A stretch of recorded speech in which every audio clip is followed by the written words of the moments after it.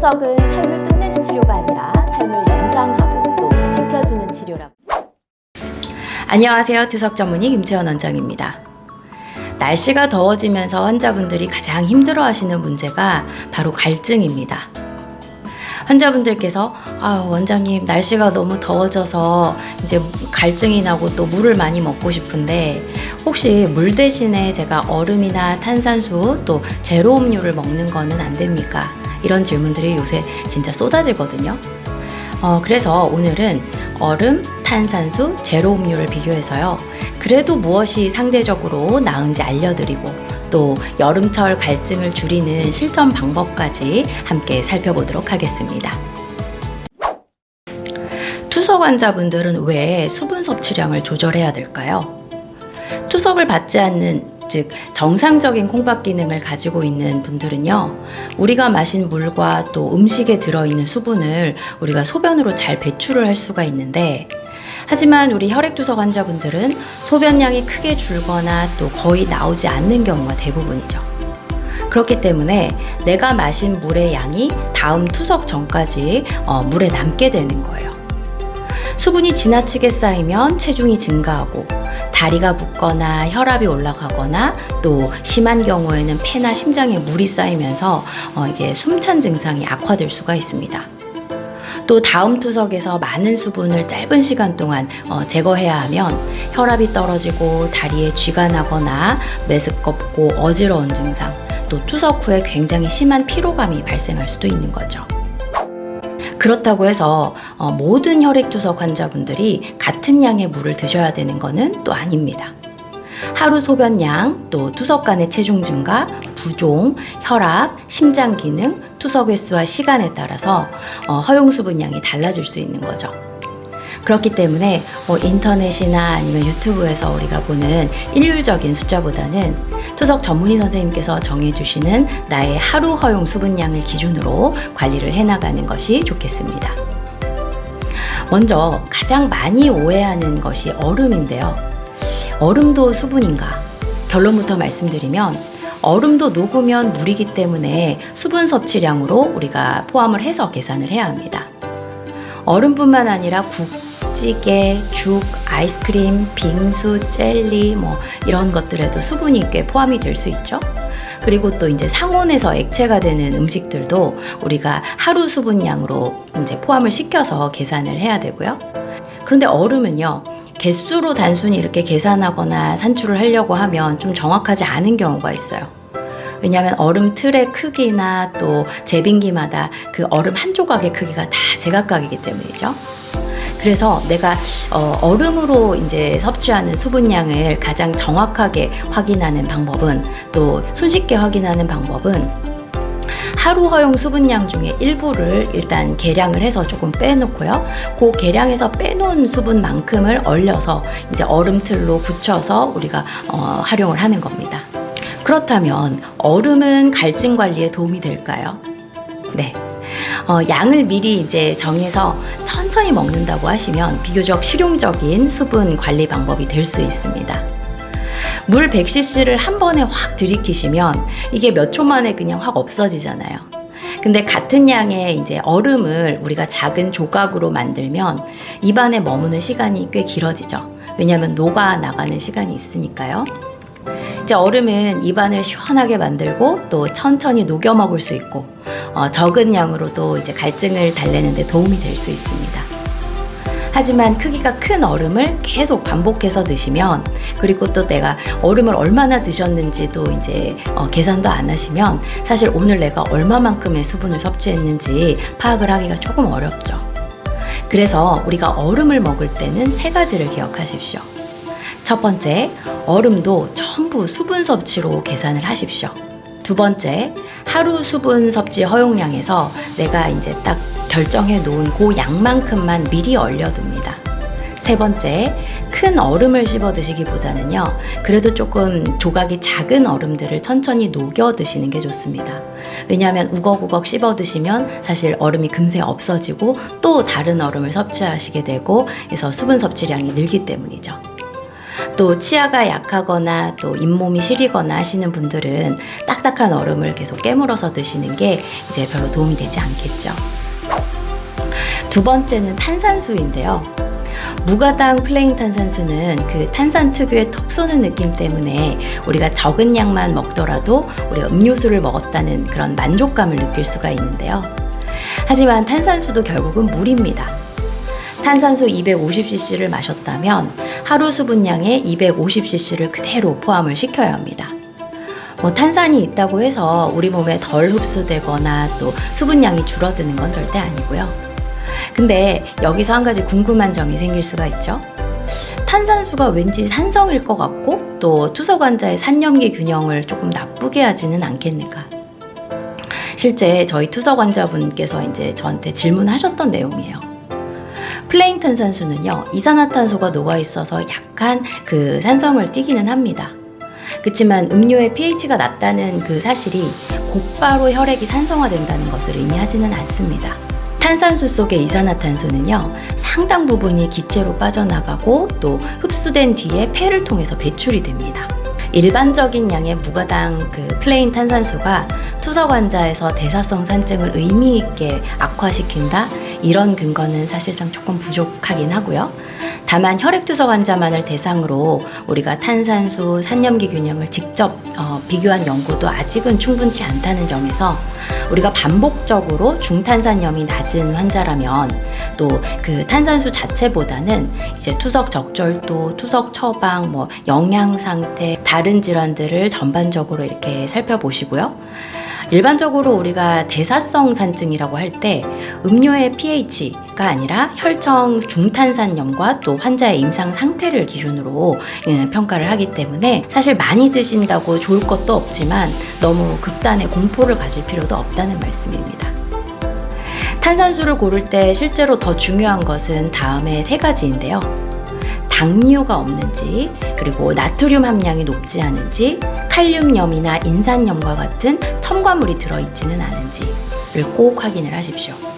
특히 탄산 미네랄 워터나 또 클럽 소다 같은 제품에 따라서는 나트륨 함량이 또 높을 수가 있거든요.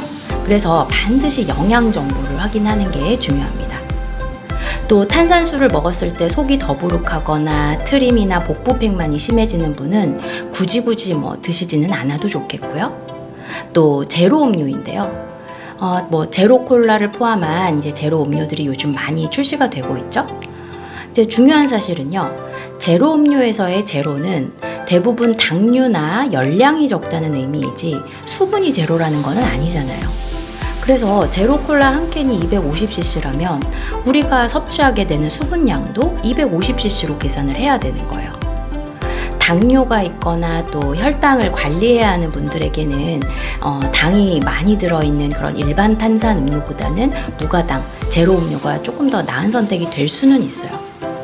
하지만 제로 음료라고 해서 또 모두 같은 것도 아니거든요. 첫 번째, 나트륨을 확인하셔야 돼요. 제로는 무설탕을 의미할 뿐이지 나트륨이 없다는 뜻은 아니고요.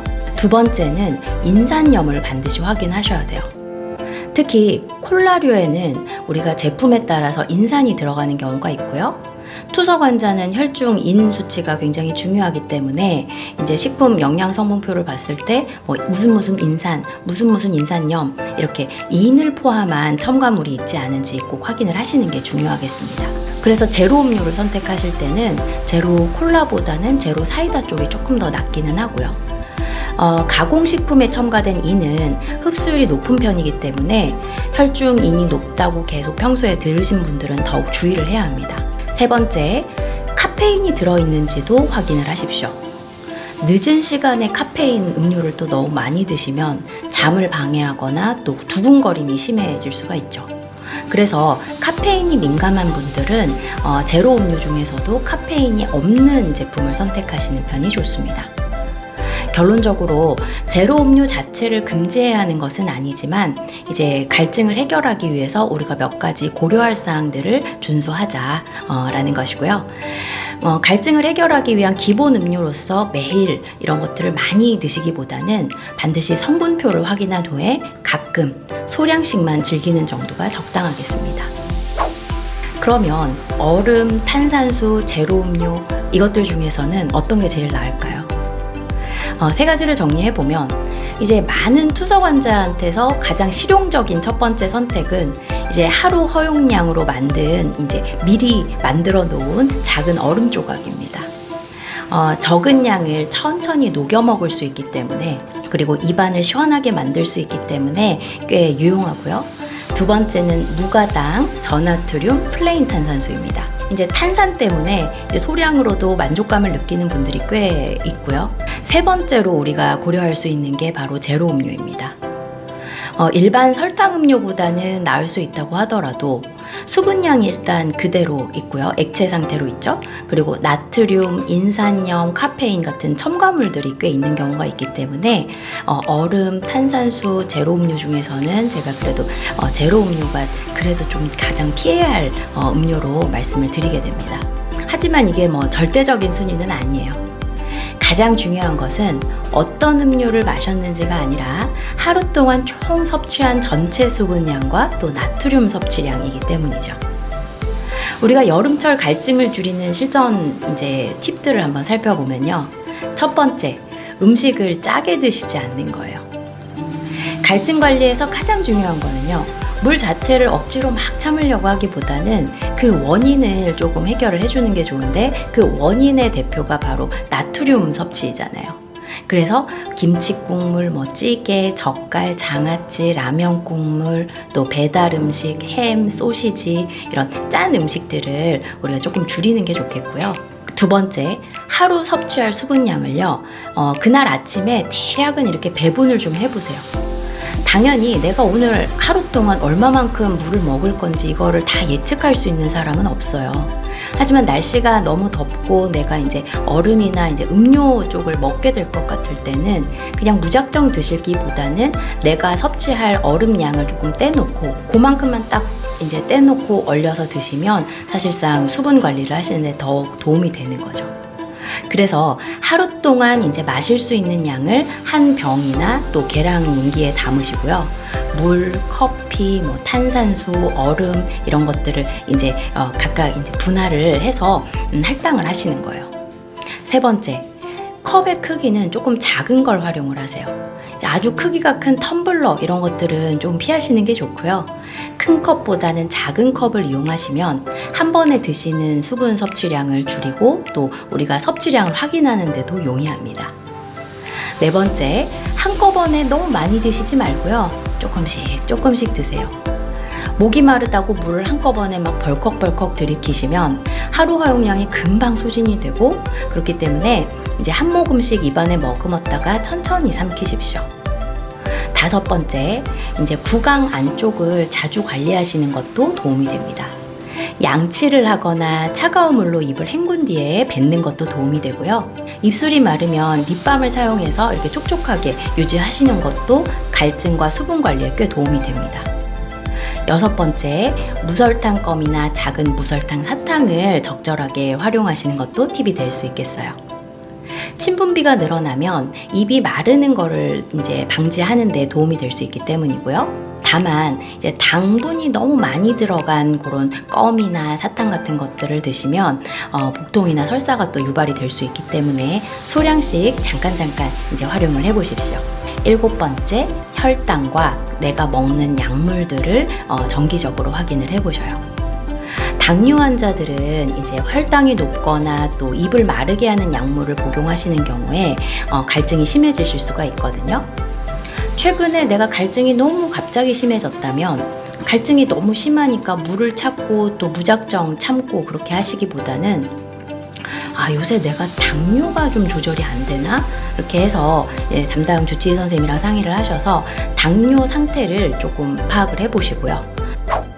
얼음, 탄산수, 제로 음료는 그 형태와 맛은 모두 다르지만 이게 수분으로 이제 구성이 되어 있기 때문에 수분 섭취량으로 계산해야 한다. 이걸 꼭 고려를 하십시오. 얼음은 하루 허용량 안에서 작은 조각으로 천천히 드시면서 이제 활용할 수 있는 비교적 실용적인 방법이고요. 탄산수는 일반적인 양의 플레인 제품이라면 탄산 자체가 혈액의 산염기 균형을 크게 교란시킨다고 보기는 사실상 어렵습니다.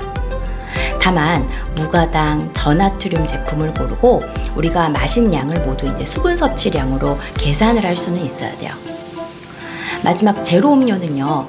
설탕은 적지만 나트륨, 인산염, 카페인 이런 첨가물들이 많이 들어있을 수 있기 때문에 이러한 성분들을 반드시 확인하시고 가끔씩 소량만 드시는 게 좋겠습니다.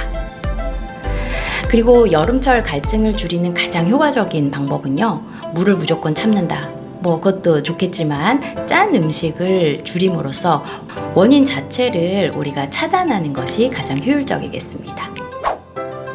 오늘 내용이 도움되셨다면 구독, 좋아요 부탁드리고요. 다음 시간에 더욱 유익한 내용으로 다시 찾아뵙겠습니다. 감사합니다.